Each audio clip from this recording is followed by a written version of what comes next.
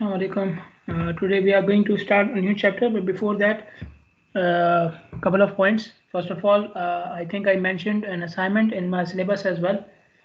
So we are no longer doing the assignment. And secondly, what was the other point? Yeah, regarding the software used in the project, I have to take it out. So you will only calculate the level of service, and the people who are doing intersection will only do their calculations manually. Because for intersection I still have the software, and still in fact I have the full version now, but for the segments and saying most of the people are doing the segments. So for segment, the software which I had was the old one. Okay, so the analysis which we have done right now does not follow that manual, that software, sorry. So we cannot use it. Okay, we cannot use it. So since one group cannot use it, the others, obviously I cannot give uh, different tasks to different groups. Okay, so no software part. If you are doing the segments, most of you are doing the segments, so your analysis are already complete in the last chapter. People are doing intersections. I will complete the analysis in this chapter. So whatever I'm completing in this chapter will be part of the analysis for intersections. Okay, so this chapter, these slides are about traffic control devices, and they are taken from two different chapters, chapter 4 and chapter 18. Okay, and so traffic control devices are anything through which you are communicating with the driver. By you, I mean the traffic engineer.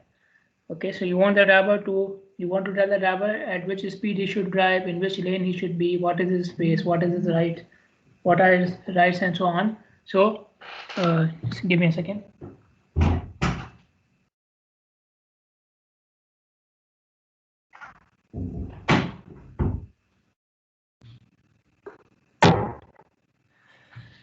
See, still enjoying the perks of online teaching. So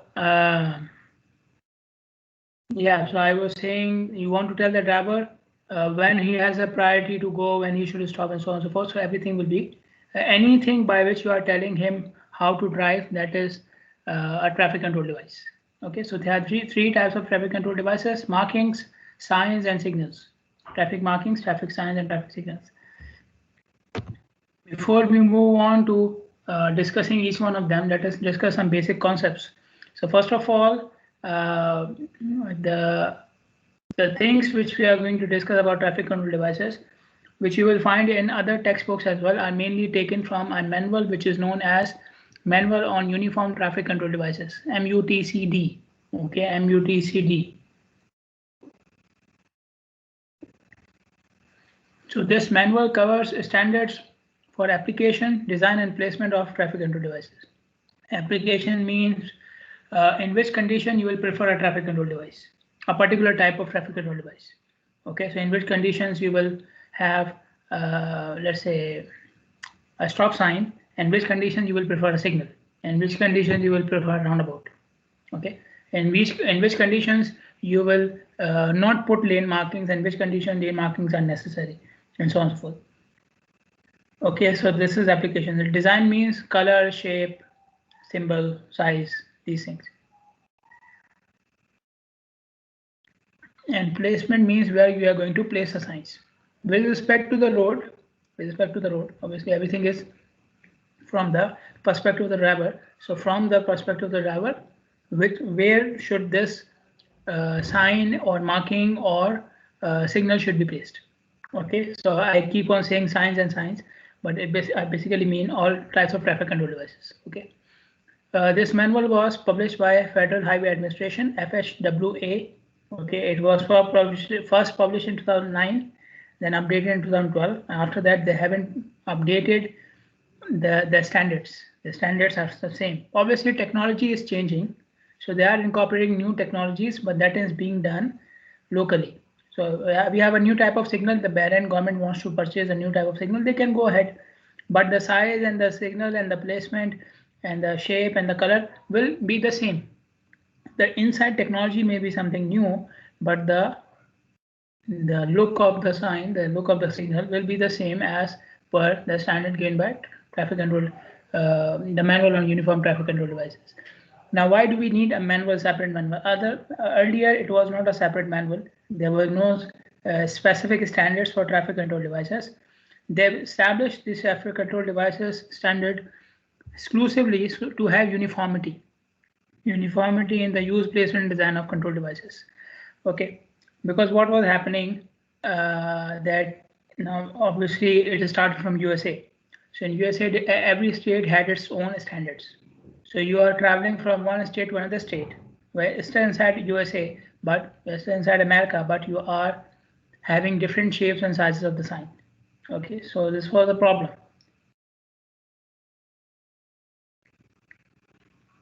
Alhamdulillah, the same thing can be replicated to GCC countries as well. Most of the people travel from one country to another country, and if you are a national for that country for one country, you can easily go to the other country without any requirements for visa or some other thing. And most of the people go with their cars. Okay, so they have to drive there as well. So they also need unified standards, right? They also need unified standards. For the time being, as per my information, they are using these standards by MUTCD. Okay, there's some minor modifications like in language or something, but they are mainly using the standards given by MUTCD because the devices in the market are according to these standards. But I don't know whether it's completed or not, but it was in the process to have unified standard for all GCC countries. So I don't know where they have reached in that perspective, but there was a plan for that. Okay. So the main thing here is the uniformity. We need uniformity in the devices. So MUTCD contains standards for physical design of the device, physical design including shape, size, color. Legend means the thing which you will use on the sign. Okay, size of the device and the use of a specific legend. Okay, which type of legend will be used in specific conditions and so on. Okay, so legend meaning words, numbers, arrows, whatever. Okay, legend doesn't mean it should be a symbol. It can be a symbol, word, anything which you are using with your traffic control device. Okay, it can be an arrow as well, it can be a number as well, and so on. Then the detailed standards on the placement and the warrants and conditions. So they call it warrants. The thing which I mentioned in the application, they call them warrants. Okay, conditions in which you can justify the use of a particular device. So I need a signal here. Why? Because we are meeting these conditions. Okay, there are conditions in which you can use a signal or roundabout or lane marking and so on. So whenever you reach those conditions, you need to use that device. Okay. So if you go to the highway book or the traffic book, you will find that for different types of, especially for intersections, they have these conditions given.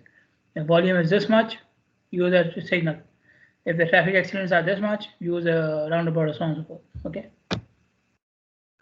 To make the traffic control devices effective, you must fulfill these requirements. So there are 5 requirements. Okay.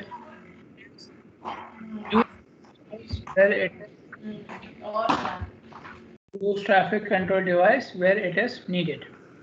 Okay. So traffic control device must fulfill a need. So you will use it where it is required. For example, a stop sign. A stop line. Stop line. So a stop line is required where? A stop line is required near the intersection. So you don't find it on any other point in the highway. Similarly, a stop sign. Stop sign is required where you have an intersection, and that intersection doesn't have any other means of controlling the flow. Okay, so you just need a stop sign. Okay, you don't put a stop line in the middle of the road, right? Because it's not required there. Okay, same thing for the speed limit sign. Speed limit for the whole segment is the same, right? But you don't see the speed limit sign when you have just crossed an intersection, because at that time the driver is already slow. Okay, you don't need it there unless you find an evidence. Okay, we need a traffic speed limit sign there as well. Okay, we may need it, but mostly we don't need it because the driver has just started acceleration, so he has a speed is only 20-30 kilometers per hour.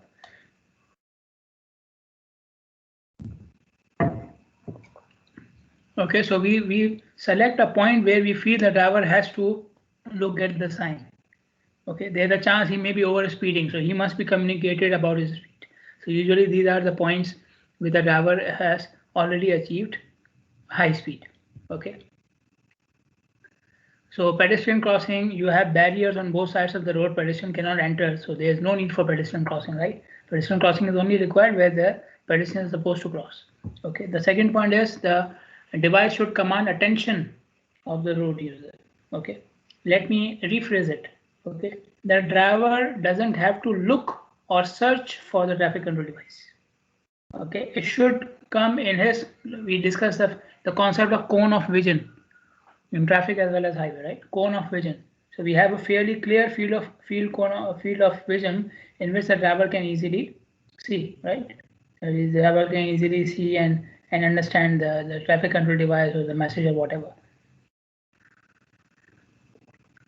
So the device should come in this range at some point while he is driving in front of the driver, and it should be prominent.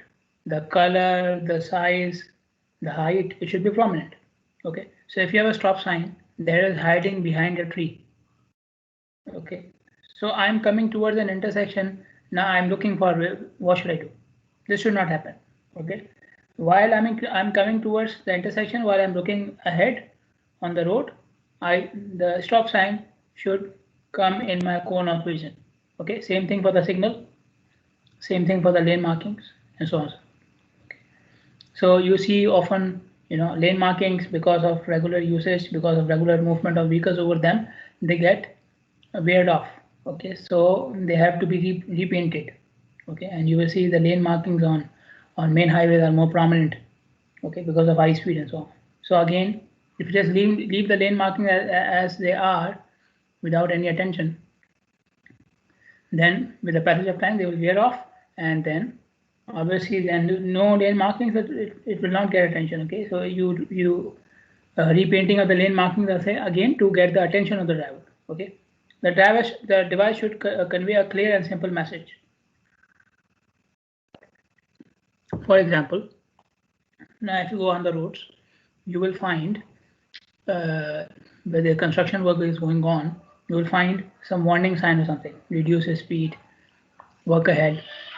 Okay, when you cross that sign, when you come towards where the actual construction is happening, you may see a bigger board there which tells you what project it is, what they are building there, expansion of road, construction of signals, what is the budget, what is the time, who is doing it, company, ministry, everything.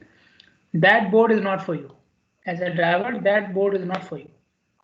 Which one is for you? The simple message sign which says reduce speed. That is for you. Okay, because drivers are not supposed to read all that because they do not have the time. Okay, you see the speed limit sign, what does it have? It has a number. That's it. Follow that number. Okay, so again, that number has a standard, so we know this is a number, and this is a sign that number means speed limit.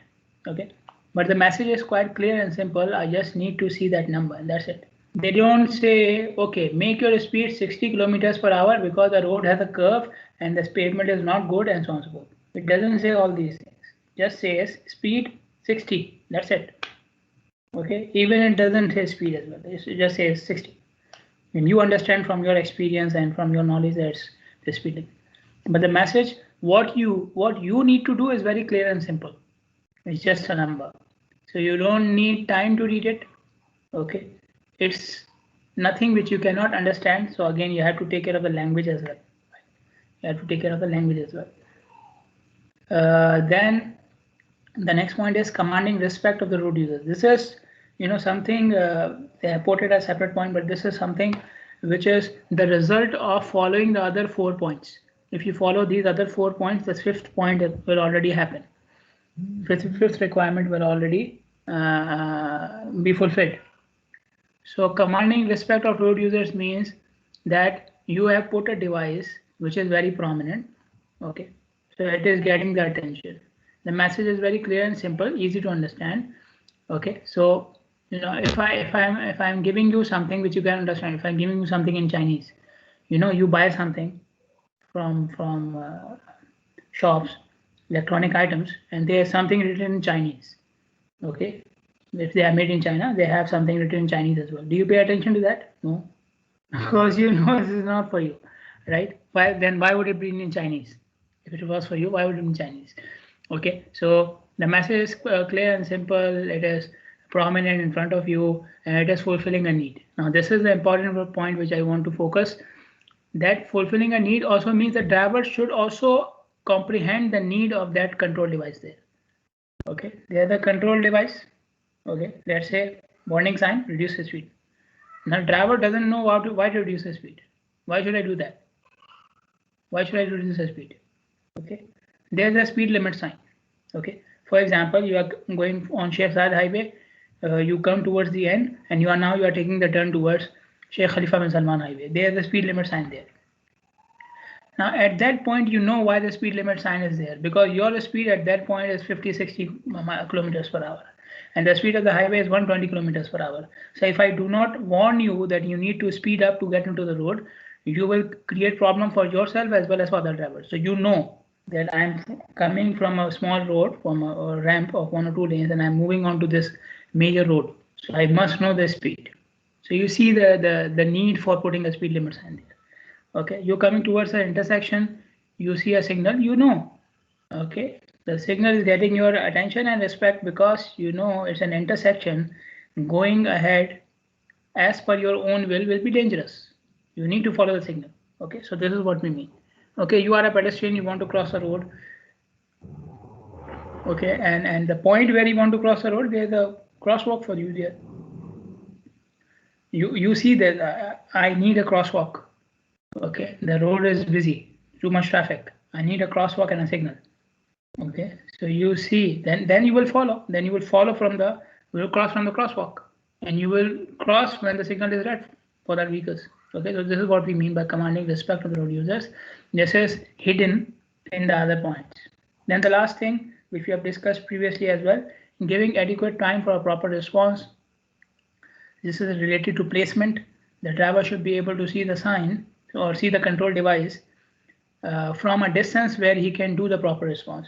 So if the control device is a signal or a stop line, then the stop line or the signal should be visible to the driver from a distance which is enough for him to stop. Same thing for the speed limit sign, which I just told you. You are going from Sheikh Zayed Avenue to Sheikh Khalifa bin Salman Highway. I am showing you a speed limit of 120. Your speed currently is 70. So I must give you enough time before you move on to the road to change your speed from 70 to 120, right? So this is what we mean. So this is giving proper response time. And again, this is related to commanding respect of the road users because if I can only see the signal when I'm, let's say, 50 meters away from the signal and I needed 80 meters to stop, with the passage of time, the signal will become useless for me. I'll stop paying attention to the signal. Okay, because even if I pay attention, I cannot do anything about it. Okay, so the devices become useless if people feel that they cannot follow them. Okay, so devices are for communicating with the driver. The communication should be clear and as per standard. Okay, this is from where we started the discussion, that this is why we need the standards to create uniformity. So we have standards. Okay. So the message should be clear and conveyed in a standard manner. Okay. So and conveyed with redundancy. Conveyed with redundancy. Redundancy means doing something extra to ensure the completion of your target. Doing something extra to ensure the completion of your target. Okay, we have redundant structural members as well. Okay, to make sure the building or the structure can stand properly, we do something extra. Okay, so I have just done redundancy in my lecture as well, just now. So I said redundancy twice. Then I explained the meaning of redundancy twice. Okay, and then every lecture is recorded. Why it is recorded? Why is it recorded? Because then anybody who didn't understand something or was not paying attention, and I think it is true for most of you, during the lecture can listen to it, after the class. Okay, so this is redundancy. Okay, it's not required. Now the university says, it has a policy to facilitate you, but as per the teaching methods, it's not required. Okay, we do that to ensure that okay, and eventually you get the message. Eventually you get the information. How do we create redundancy when you are communicating with the driver through traffic control devices? We create redundancy through the design of the device. So color, shape, pattern, and legend. Pattern is used for markings and legends are used in traffic signs. So this, see, this stop and puff is a legend. Okay? And patterns are in the markings, right? You have dashed lines, you have solid lines, and so on. So these are patterns. So these things create redundancy. For example, you take a stop sign. A stop sign has a particular color, it has a particular shape, and it has a particular legend. If you miss one of these things, the other two are enough to communicate the message. In addition to that, placement also. The placement also tells you that this sign is, or this control device is for this purpose. For example, stop signs are near the intersection. So you see a red signboard near the intersection. Even if you don't pay attention to it, even if it is half hidden behind a tree or a pole or something, even with that, because of the placement, because of the shape and size, you can know that's a stop sign. This is redundancy. Okay, you don't need to fully read the word stop. Okay, so if even some part of the word is let's say it's not painted properly, even then you know that this is a stop sign. Okay, and you can see redundancy here as well. See, cough and stop. Why? Is this redundancy? Okay, some people may understand both languages, so this is redundant for them. Okay, so we are in these cases in Bahrain and as well as in other Gulf countries, we have so many expatriates that messages are conveyed in multiple languages. This is also redundant. This is also redundancy. So legends used in different languages are also a form of redundancy. Okay. So every particular sign has a specific shape, size, color, and legend. Every control device has its own shape, size, color, and legend or pattern. Okay, so if you miss any of the one items, then the other items are enough to communicate the message. Okay, I've talked about the stop sign. Redundancy may also be achieved by communicating the message with more than one device. For example, left turning lane. So there's a left turning lane. So usually for the left turning lane, you see an arrow marked on the road, an arrow on the pavement. Okay. If you go towards, if you are on Sheikh Salman Highway going towards Tubli, after you cross the intersection, cross a signal, and now you are going towards the bridge. So before the bridge, on the side of the road, you will see a big board there. On that board,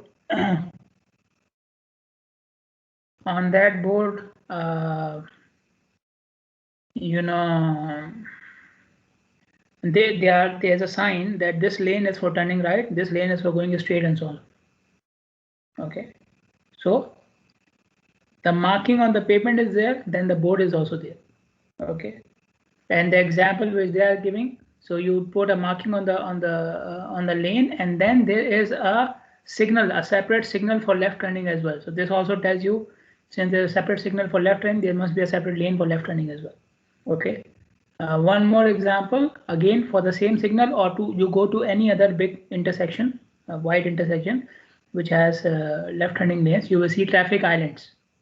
So the left turning lane is separated from the right from the through lane with traffic islands. This is also, this is also part of redundancy. We are separating the left turn lane with this island, so it is again communicating the same message: get into your lane for left turning. Okay, so this is also redundancy, another way of achieving redundancy is using different devices to achieve or to communicate the same message.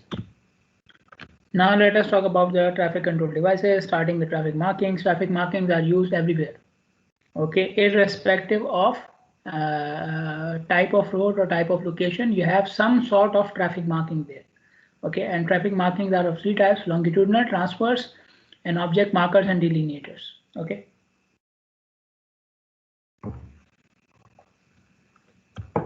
Longitudinal markings are along the travel way, right, along the road, along the length of the road, okay. So lane markings, shoulder markings, pavement edge marking, which are basically white lines, okay, and center lines, okay. Sometimes we don't have a median, just a center line. Center line is also part of longitudinal marking, okay. Transverse marking, which cut across the whole road or part of the road, whole road or part of the road. So for example, a stop line, okay. So a stop line is cutting across one direction. If you see, stop line cuts across one direction, because in the other direction the driver are coming from the other side. For the opposite direction, the driver are coming from the other side, so their stop line is on that side, okay. So stop lines are usually on one side of the road, one direction of the road. So, but stop line is a transverse marking. Pedestrian crosswalk is a transverse marking. We have yield markings as well. Okay, there's a slight difference between stop line marking and yield marking. Okay, I hope you know that. If you don't know, let me know. I'll put it in the exam. Parkings on the side of the road or parking within the parking areas. They have transverse markings. Obviously, parkings are usually, parkings are, their sign is, on with some angle to the curb of the road. So they are also transverse markings. Then we have object markers and delineators. These are basically not just markings on the ground. These are basically objects, small objects. Okay, so you can see a object marker in the top picture and a delineator in the second picture, the bottom picture. Okay. So why don't we call them traffic signs? Because of their height. Their height is shorter than traffic signs. Traffic signs are usually taller, 6 feet or more, but object markers and delineators are usually short. So you can see delineator is very short. Okay, they are saying 4 feet, but I don't think this is even 4 feet. But object markers are obviously, you can see it's 4 feet or something. Okay, but in any case, they are shorter than traffic signs, so we consider them under traffic markings. Okay, what is the reason of giving object markers and delineators? They are to indicate an obstruction which is coming on the travel way or adjacent to the travel way. An obstruction which is coming onto the travel way or adjacent to the travel way. Okay, so for example, you see this one, both of them are basically indicating an island, a traffic island. Okay, so I've taken this at the intersection between 16 December and Sheikh Salman Highway and Sheikh Zayed Highway. Okay, so there's a traffic island which is for separating the left turn lane, and on that traffic island you will see this object marker, and before this traffic island you will see these delineators. Okay, so object markers are put directly on the obstruction and delineators are before the obstruction. Okay, but their purpose is the same, to mark an object which is about to come in your way. Okay, so this island is obviously you are going on 16 December highway towards traffic school. So this island is coming in your way at the intersection. So you need to change your space, right? You need to change your position. Otherwise, you will go and hit the island. Okay, so these object markers and delineators are for that purpose. Sometimes you may see on T intersection these markers in horizontal position, meaning this board will be horizontal, placed horizontally. So the arrow signs are going left and right. So again, this is indicating end of the road. It's a T intersection, so you are coming towards the end of the road. From here, you have to go right or left. Okay, so you will see this board there, not the marker itself. This board there in horizontal position. Okay, these yellow arrows are going right and left. Now let us talk about traffic signs. Traffic signs are also of different types. We start with regulatory signs. So regulatory signs convey information about traffic regulation. For example, speed limit, lane usage. Okay, so like I give the example of that board near Tubli, which is showing you which lane is for right turning, which lane is for straight, and so on. So that is a regulatory sign. Okay, parking or no parking. Yeah. Parking sign or no parking, both are regulatory signs, or any other different type of regulation. Okay, right of way means which driver has a priority here. Right of way sign means which driver has a priority. So you will see give way sign, yield sign.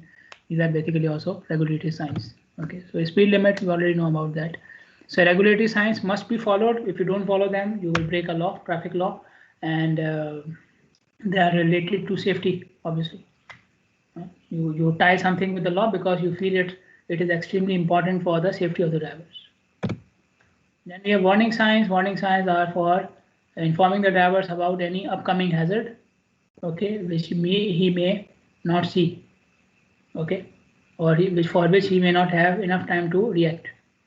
Now this hazard can be something unusual, or it can be something which is regular, but he doesn't have enough time to see and react according to it. So for example, a traffic signal. Say traffic signal is something very regular, very usual, very common.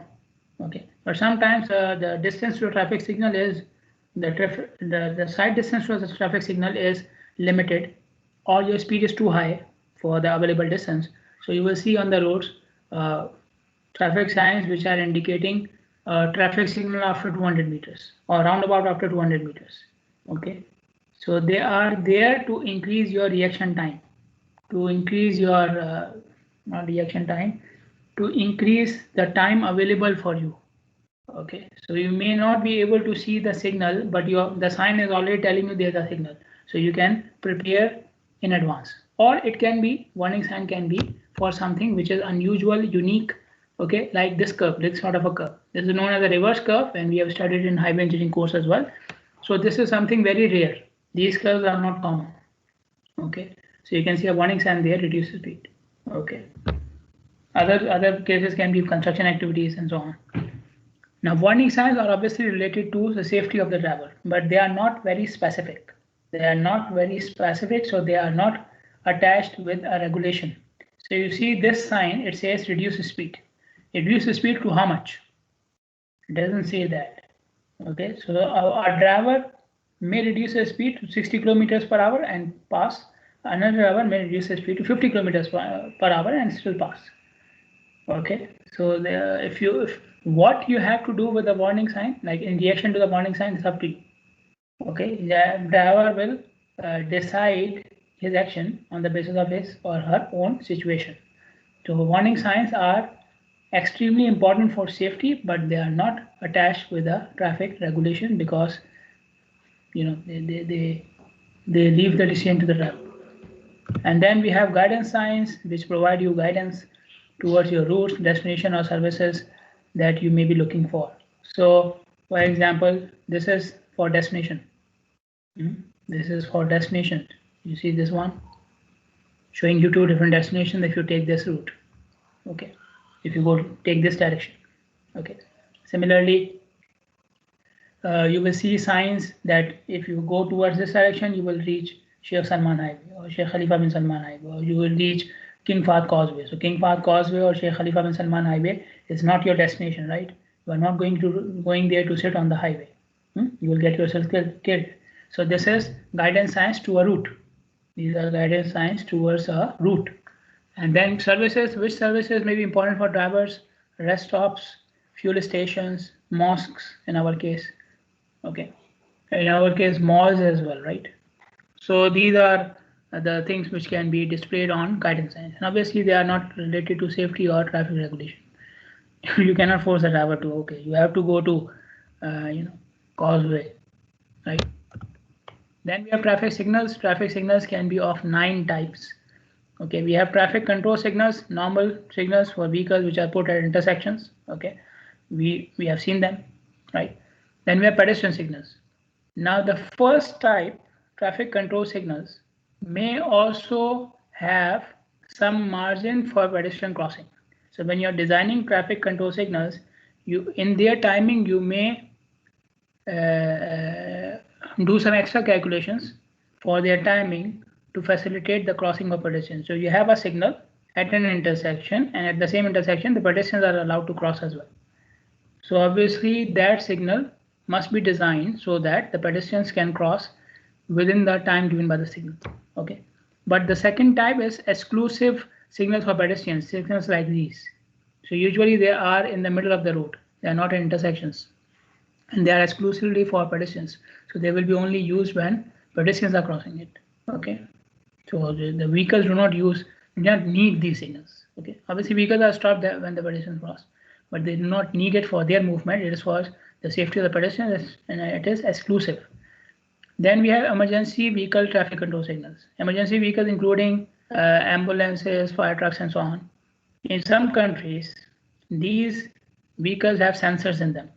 So when they reach near a signal, the signal turns to green for them, and the other sides are blocked. Okay. This is done manually in Bahrain. So you may have seen when there is a royalty passing, or when there's an ambulance, or there's something like that, you will see police officers on those on the intersections which are on the way towards that location.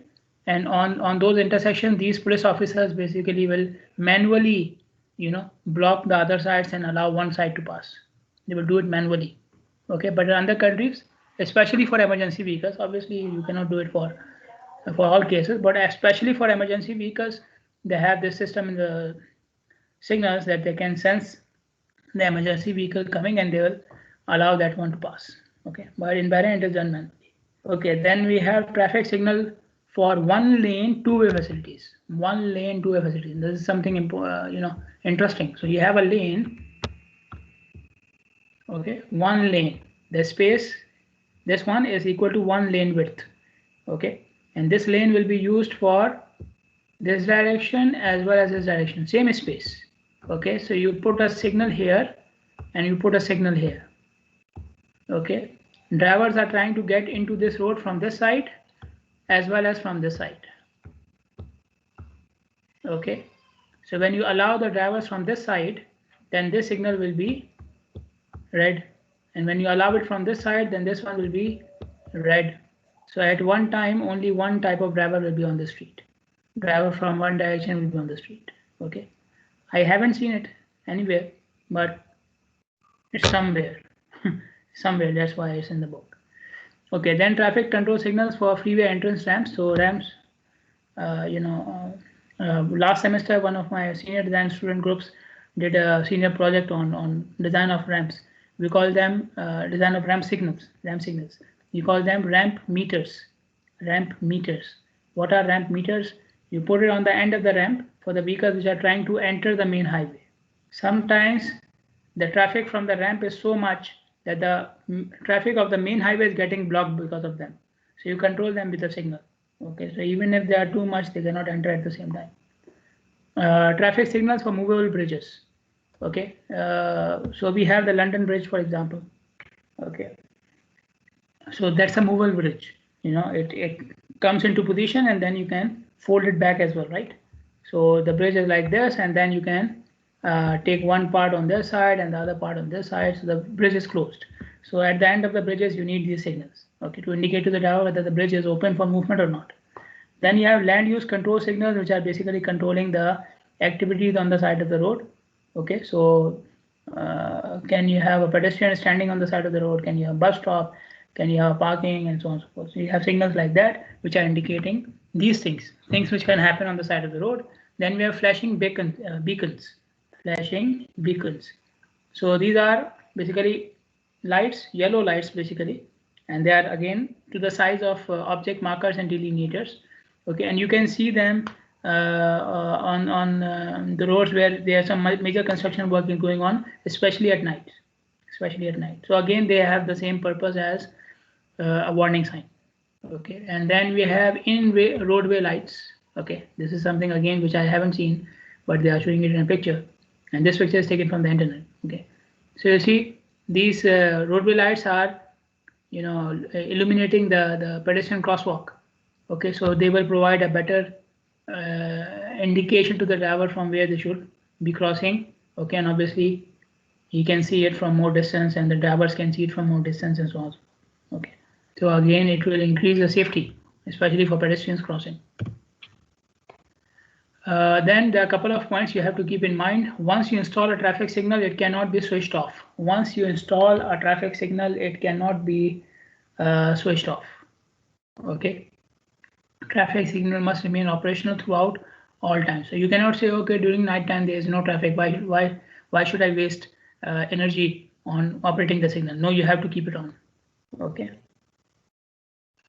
Because why? Because switching off the signal will confuse the drivers. Somebody who is used to going through this intersection, he already knows there's a signal there.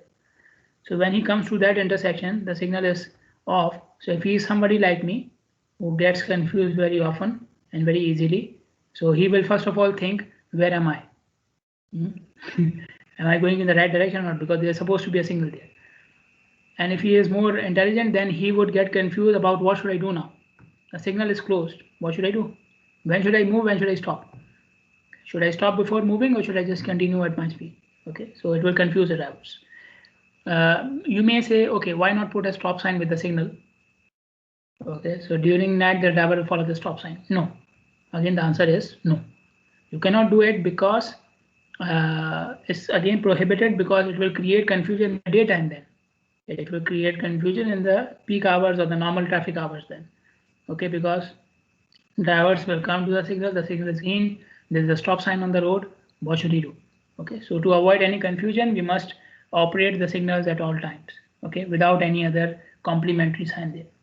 Now when you put a signal on an intersection, the normal trend is the delay will increase. The normal trend is the delay will increase as compared to a similar intersection with any other device. So a stop sign in a roundabout may have less delay as compared to a signal. Okay, so then why do we put a signal if it is increasing the delay? Because it has other benefits. So what are the other benefits of signals which compensate for the extra delay we are causing? Okay, in most of the times the delay is increased. Okay, first of all, capacity of critical intersection movements is increased. Okay, so sometimes first of all, critical intersection movement means the movement through the intersection which has higher volume, heavier volume, okay, which is more important, more critical.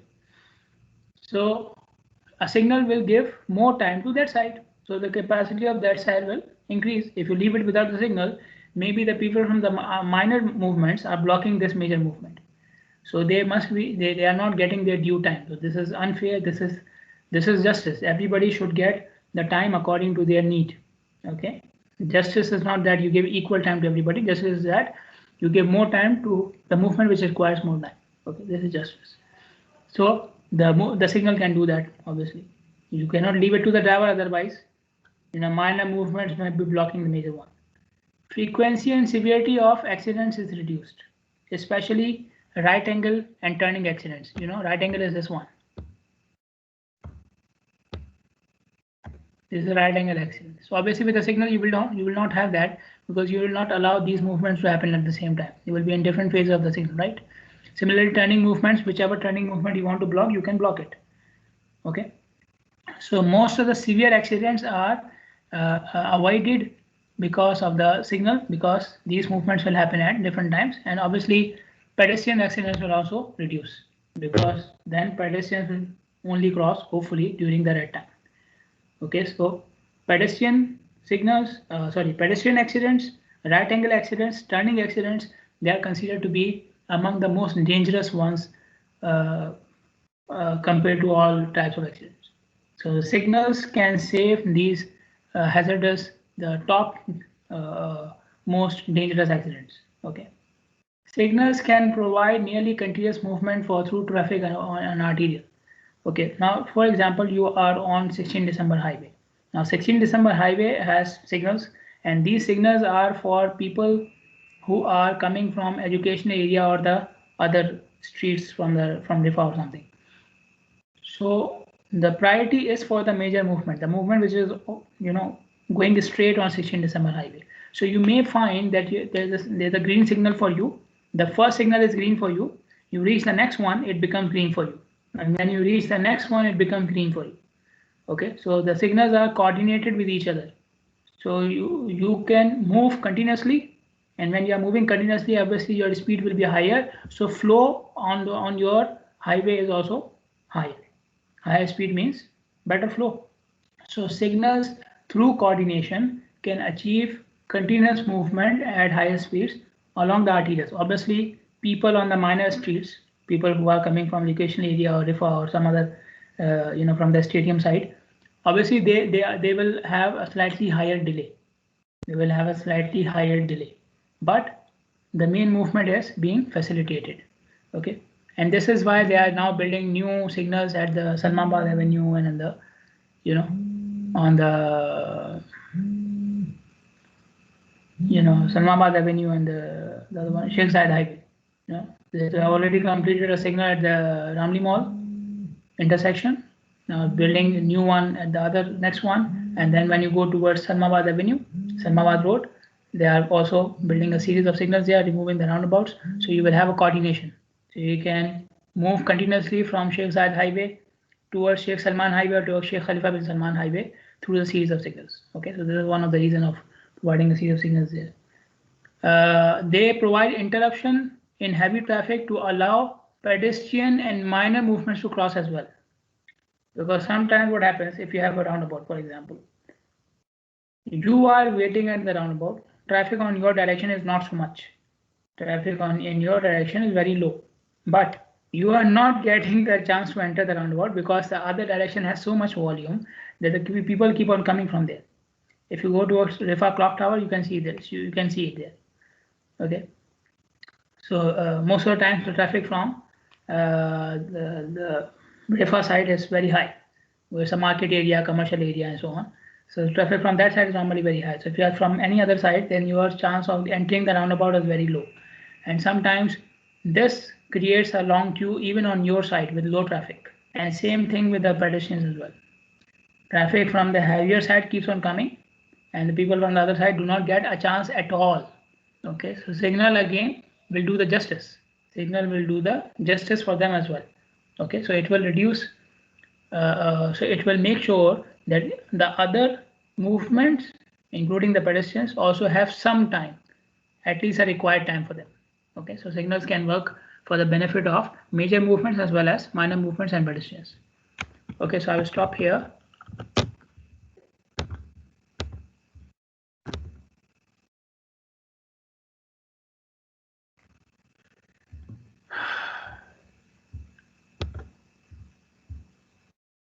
People who couldn't join, I'm sorry for you. I was looking at the slides. Okay, Dua Rabi, Amna Muhammad, Muhammad Usama, Amal Abdullah. Dua Rabi, Amna Muhammad, Muhammad Usama, Amal Abdullah.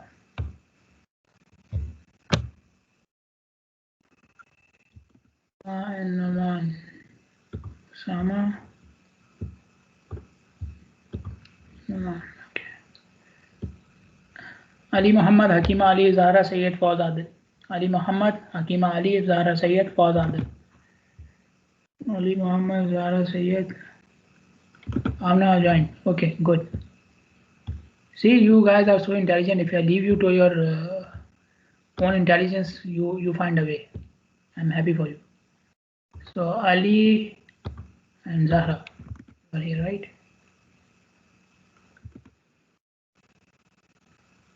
Fawz Adil, Abdullah Jaliluddin, Abdul Rahman Ibrahim, Nujur Salah.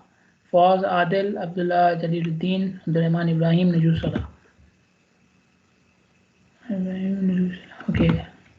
Abdullah also joined. See, exactly my point. By the way, if any of your friends cannot join, you see their message. Even you can add them. Even you can add them.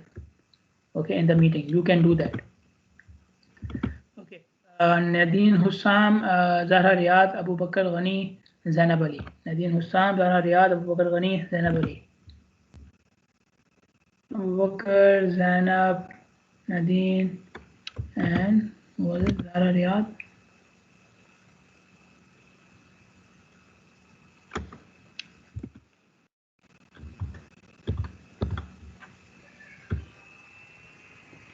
Lulwa Ibrahim, Mariam Abdul Amir, Masht Bashar, Asil Hassan. Lulwa Ibrahim, Mariam Abdul Amir, Masht Bashar, Asil Hassan. Lulwa, Mariam, Asil.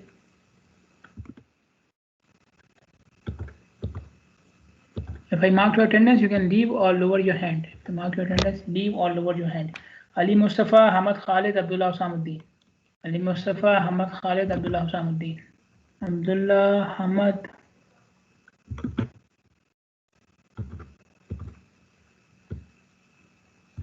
Latifa Ahmad, Fatma Abdali, Zainab Abdali, Zainab Abdulal. Latifa Ahmad, Fatma Abdali, Zainab Abdali, Zainab Abdulal.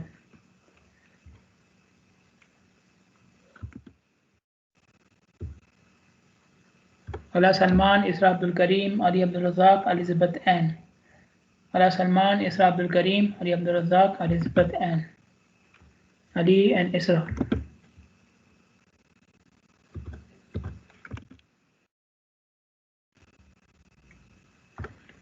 Ali Makki. Ali Makki.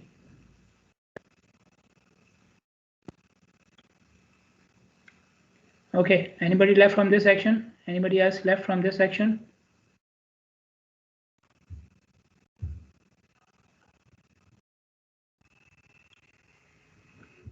The seal I marked you and Amna I marked you as well. Yeah.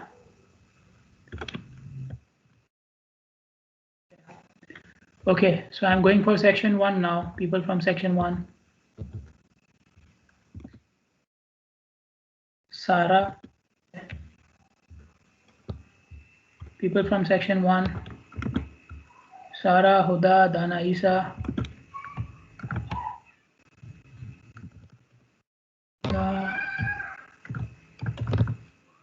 Dana Isa.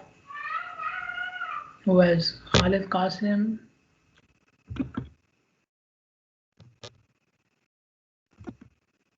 Zainab. Zainab, I called your name. Yeah. Who was from section 1? Fatma.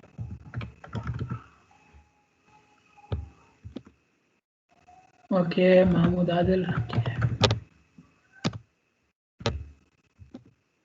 Okay, anybody else from section 1? Mishal, okay. Okay, I think I've covered. Zainab, okay, I'll mark you.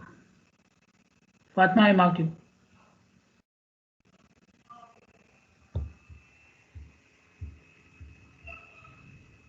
Zainab.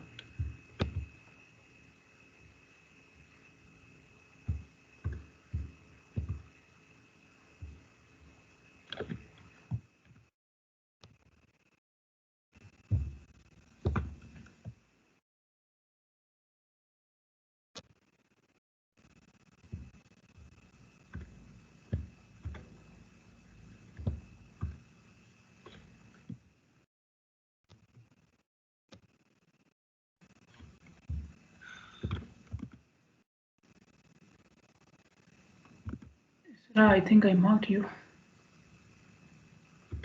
Okay, thank you.